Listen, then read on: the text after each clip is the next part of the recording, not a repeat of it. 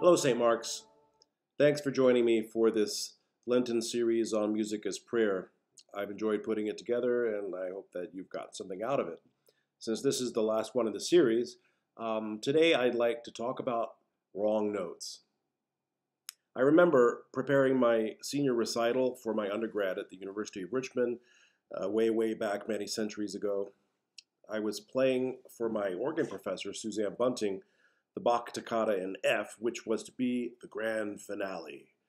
The Bach Toccata in F is very long. The toccata itself is almost 10 minutes, and it's very difficult, with lots of pedal solos and little notes that move along at a brisk pace.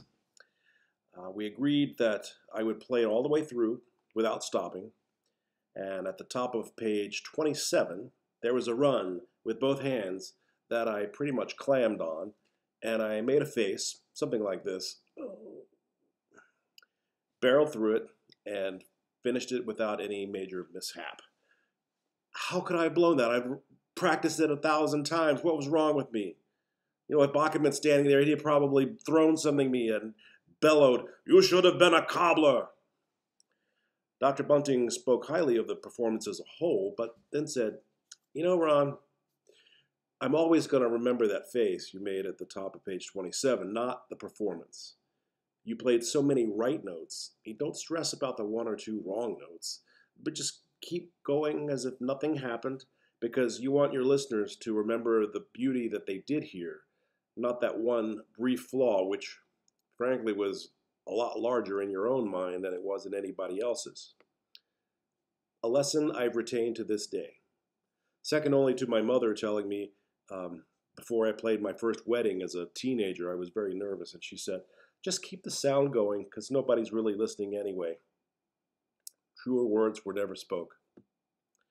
The famous choral conductor Robert Shaw wrote this: in the very worst sermon, political address, classroom lecture, or musical performance, something of value may happen.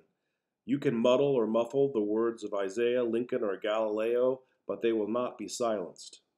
And in any major musical score, there are so many possibilities for error that no one can make them all. One wrong note is not worth the grimace that displaces the memory of the entire piece. Now, I'm not arguing in favor of wrong notes, because, as we say in jazz, there are no wrong notes, just some notes that didn't work out as well as others. But rather for the wisdom of Robert Shaw, the beauty of great music can survive less than perfect performances. This is important not only for our sanity as musicians, but for the encouragement of many amateur musicians who, in a performance-driven culture, may feel inadequate to doing challenging works because they feel they will not sound as perfect as the recordings. I've heard many imperfect performances of major works that were very moving. Sure, some entrances were blown, the registration of the organ could have been a little cleverer, but there was still a vitality to the music making, and in the end, we are struck by the spirit of the work. And isn't that the ultimate goal anyway? That the spirit of the work, drawn from the spirit that animates everything, might breathe through our music making into people's hearts. We might not always hit the right key or sing the right pitch, but the wonder and beauty of music is something greater than ourselves. So it's been almost 40 years since that senior recital, and sometimes my hands don't do what my brain wants them to. So next time you hear a wrong note from the organ on a Sunday morning, just remember, there are no wrong notes. Just some notes work out a little better than others.